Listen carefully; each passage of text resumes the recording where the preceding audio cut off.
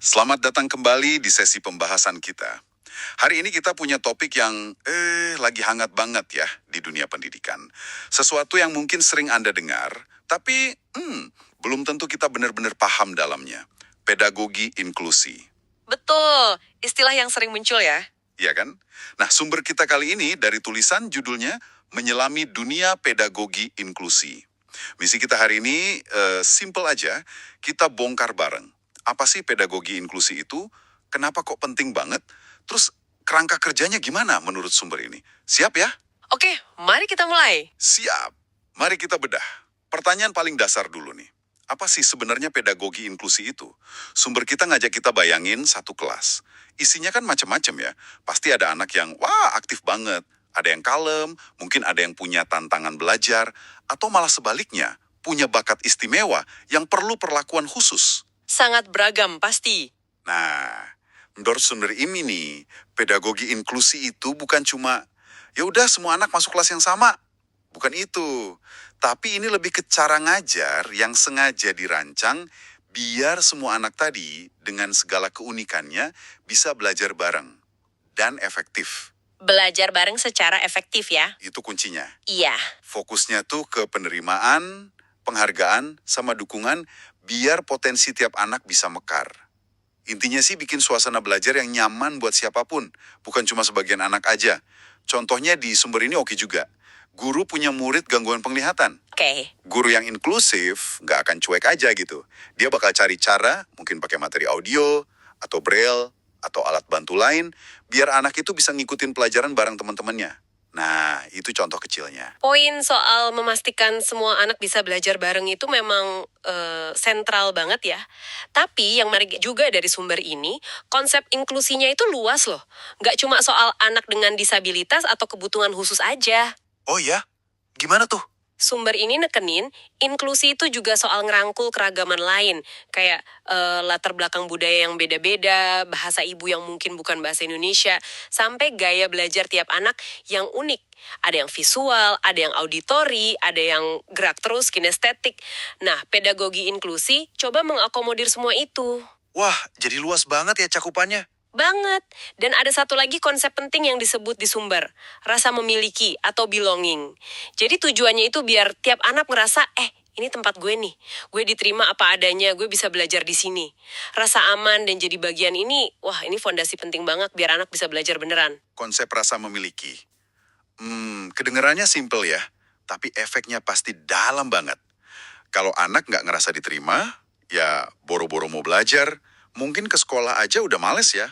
Bisa jadi motivasi pasti turun. Nah, ini mungkin pertanyaan yang ada di benak Anda juga nih. Kenapa sih kita perlu repot-repot banget nerapin ini semua? Kan, kayaknya lebih gampang ya kalau semua diajar pakai cara yang sama, materi sama, ujian sama, lebih praktis gitu kan? Itu pertanyaan yang wajar banget muncul. Dan sumber punya analogi bagus buat jawab itu. Coba bayangin tim sepak bola. Oke, sepak bola. Pelatihnya masa ngelatih kiper sama striker caranya plek sama persis? Kan nggak mungkin. Beda kebutuhan latihannya, beda fokusnya. Nah, di kelas juga gitu. Kalau kita paksain satu metode buat semua, kayak yang disinggung sumber ini, itu malah bisa jadi nggak efisien nantinya. Lu kok nggak efisien? Bukannya standar itu efisien? Efisien di awal mungkin, tapi hasilnya banyak potensi anak yang nggak kesentuh. Ada yang ketinggalan jauh, ada yang malah bosan karena pelajarannya terlalu gampang buat dia. Pendekatan satu ukuran untuk semua ini kelihatannya aja praktis, tapi sebenarnya ngorbanin hasil belajar banyak anak. Jadi kayak efisiensi semu gitu ya. Dan argumen paling dasarnya yang menurut saya kuat banget dari sumber ini, yaitu tadi, pendidikan itu hak asasi setiap orang. Bukan cuma buat yang dianggap normal atau pinter aja. Ini soal keadilan. Tepat sekali. Itu fondasi utamanya. Dan kalau kita tarik ke gambaran yang lebih gede lagi, urgensinya makin kerasa loh. Sumber ini ngutip data UNESCO, dan ini, wah, cukup bikin kaget sih. Lebih dari 260 juta anak dan remaja di dunia itu nggak bisa sekolah. 260 juta. Banyak banget itu. Banyak banget. Penyebabnya macam-macam. Ada disabilitas, kemiskinan, diskriminasi gender, etnis, macam-macam lah. Nah, dalam konteks ini, Pedagogi inklusi itu bukan lagi sekedar, wah metode bagus nih, tapi udah jadi strategi penting buat ngelawan hambatan-hambatan itu. Tujuannya nggak cuma bahwa anak-anak ini fisiknya ada di sekolah, tapi mastiin mereka benar-benar belajar dan berkembang di sana. Biar kehadiran mereka itu ya bermakna gitu.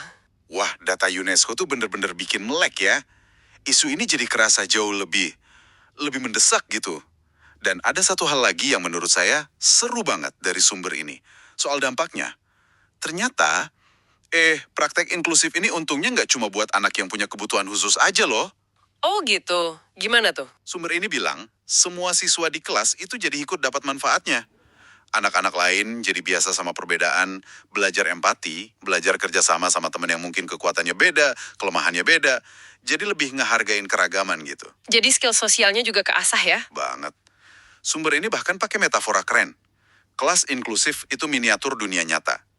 Kan di luar sana nanti kita pasti ketemu orang macam-macam banget. Nah, kelas inklusif ini kayak lab aman buat ngelatih skill sosial penting itu. Jadi ini bukan soal nolongin yang lemah, tapi ini memperkaya semua yang ada di situ. Perspektif itu penting banget sih. Manfaat universal ini sering banget kelewat kalau kita ngomongin inklusi. Ini bukan kayak zero sum game gitu ya, dimana kalau kita perhatiin satu kelompok, kelompok lain jadi kurang diperhatiin. Justru sebaliknya, lingkungan belajar yang kaya karena beragam itu ngasih stimulasi yang lebih kompleks, lebih relevan buat perkembangan semua anak, jadi lebih siap buat hidup di masyarakat yang emang beragam. Setuju banget. Jadi jelas ya pentingnya dari sisi hak asasi sampai manfaat buat semua. Nah, tantangan berikutnya nih yang dibahas sumber ini. Dan ini yang sering ditanyain orang, gimana caranya? Kedengarannya kan bagus banget ya, tapi praktiknya gimana di lapangan? Sumber kita nawarin kerangka kerja praktis, ada 3 pilar utama. Coba kita bedah satu-satu ya. Pilar pertama, diferensiasi. Diferensiasi, oke. Diferensiasi ini kalau dibayangin tuh kayak kotak perkakas punya guru. Isinya macam-macam banget. Intinya, guru nggak bisa pakai satu alat atau satu cara ngajar aja buat semua murid. Nggak bisa. Harus fleksibel ya berarti? Harus. Guru perlu secara sadar nyocokin materi, proses belajarnya, produk atau hasil karya siswanya, bahkan cara nilainya, biar pas sama kebutuhan, minat, dan cara belajar tiap anak. Contoh dari sumbernya, buat anak visual, ya mungkin banyakin diagram, gambar. Buat yang kinestetik, mungkin ada main peran atau proyek yang langsung praktek. Prinsipnya jelas, satu ukuran nggak cocok buat semua. Kedengerannya sih, menantang ya. Butuh kreativitas guru banget ini. Emang butuh kreativitas, tapi sumber ini juga ngasih catatan penting. Diferensiasi itu bukan berarti guru harus bikin, katakanlah, 25 RPP beda buat 25 murid di kelas. Nggak gitu juga. Oh syukurlah. Gimana dong? Dari hal yang lebih simpel, kayak ngasih pilihan tugas atau bikin kelompok belajar yang fleksibel, kadang berdasarkan kesiapan, kadang berdasarkan minat. Kuncinya itu di fleksibilitas sama responsif sama kebutuhan murid yang beragam itu. Nggak harus selalu individual banget. Oke, jadi lebih ke penyesuaian yang fleksibel ya, ngerti. Pilar kedua? Kolaborasi. Sumber kita ini nekenin banget kalau guru itu nggak bisa kerja sendirian buat bikin kelas inklusif. Nggak mungkin. Ini kerja tim. Harus gotong royong ya? Betul, perlu kolaborasi erat sama banyak pihak. Yang paling utama jelas orang tua ya kan. Mereka yang paling kenal anaknya di luar sekolah. Tapi bisa juga sama sesama guru, sama psikolog sekolah kalau ada, terapis kalau perlu, atau bahkan ngelibatin murid lain jadi tutor sebaya gitu. Biar tutoring, ya? Iya. Sumber ini nyontohin proyek kelompok yang sengaja dirancang biar tiap anggota bisa nyumbang sesuai kekuatannya. Itu kan juga bentuk kolaborasi antar siswa yang bikin suasana saling dukung. Jadi intinya, bangun jaring dukungan di sekitar siswa itu. Kolaborasi ini penting banget buat mastiin kita paham kebutuhan anak secara utuh, holistik gitu. Dan juga buat saling bagi cara-cara yang berhasil. Tanpa kerjasama, ya usaha inklusinya bisa jadi tambal sulam aja, nggak konsisten. Orang tua itu mitra kunci banget, terus dukungan dari sekolah sama rekan guru juga vital. Setuju. Lalu pilar ketiga, aksesibilitas. Nah, ini fokusnya buat mastiin semua anak bisa ngakses lingkungan belajar sama materi pelajaran tanpa ada halangan. Halangannya bisa macam-macam. Bisa fisik, bisa sensori kayak penglihatan atau pendengaran, bisa juga kognitif. Hambatan belajar ya intinya? Iya. Contoh dari sumbernya jelas banget. Kalau ada anak sulit dengar, ya guru pakai mikrofon atau pastiin video ada teksnya. Kalau ada yang pakai kursi roda, Pastiin jalan di kelas lega. Kalau ada anak gampang buyar fokusnya, mungkin sediain pojok tenang. Intinya, ngilangin rintangan biar semua bisa ikut serta penuh. Ini mungkin kedengeran teknis ya, tapi efeknya langsung kesempatan belajar anak. Nah, ketiga pilar ini, diferensiasi, kolaborasi, sama aksesibilitas. Kayak yang dijelasin Sumber, emang nggak berdiri sendiri-sendiri. Mereka itu saling kait-mengait, saling nguatin. Buat bisa bikin diferensiasi yang pas kan guru perlu info dari hasil kolaborasi ya kan? Bener juga. Terus buat mastiin aksesibilitas, mungkin perlu solusi yang beda-beda itu kan diferensiasi juga. Dan perlu kerjasama itu kolaborasi lagi sama ahli atau pihak sekolah. Jadi kalau ketiganya jalan bareng, baru deh ekosistem belajar yang benar-benar inklusif itu bisa jadi nyata. Tapi Sumber ini sebenarnya juga secara nggak langsung nimbulin pertanyaan penting sih. Gimana caranya mastiin pilar-pilar ini beneran hidup dalam praktek sehari-hari. Bukan cuma jadi pajangan atau jargon aja. Nah, itu dia. Implementasinya ya. Iya, gimana keberlanjutannya di tengah macam-macam tantangan di lapangan. Itu PR kita bersama sih sebenarnya. Pembahasan yang padat banget ya. Jadi kalau kita tarik benang merahnya dari sumber kita hari ini, pedagogi inklusi itu soal bikin ruang di mana beda itu bukan masalah, malah jadi aset belajar. Tujuannya biar semua anak bisa tumbuh bareng. Dirayakan malah ya, keragamannya. Iya, dirayakan. Pentingnya luar biasa, nyangkut hak asasi sama pengembangan skill penting buat masa depan semua anak. Dan kita dikasih panduan praktis nih, lewat 3 pilar. Diferensiasi, kolaborasi, sama aksesibilitas. Info ini rasanya relevan banget buat Anda semua. Siapapun Anda, guru, orang tua, pembuat kebijakan, atau ya kita semua yang peduli pendidikan lah. Betul. Sumber kita punya saran simpel nih buat langkah awal. Coba deh iseng ngobrol sama anak-anak di sekitar Anda. Tanya aja, kamu paling suka belajar pakai cara gimana sih? Atau apa yang bikin kamu semangat belajar? Obrolan ringan gitu bisa jadi pintu masuk buat ngertiin macam-macamnya kebutuhan belajar di sekitar kita. Itu langkah awal yang bagus banget dan gampang dilakuin ya.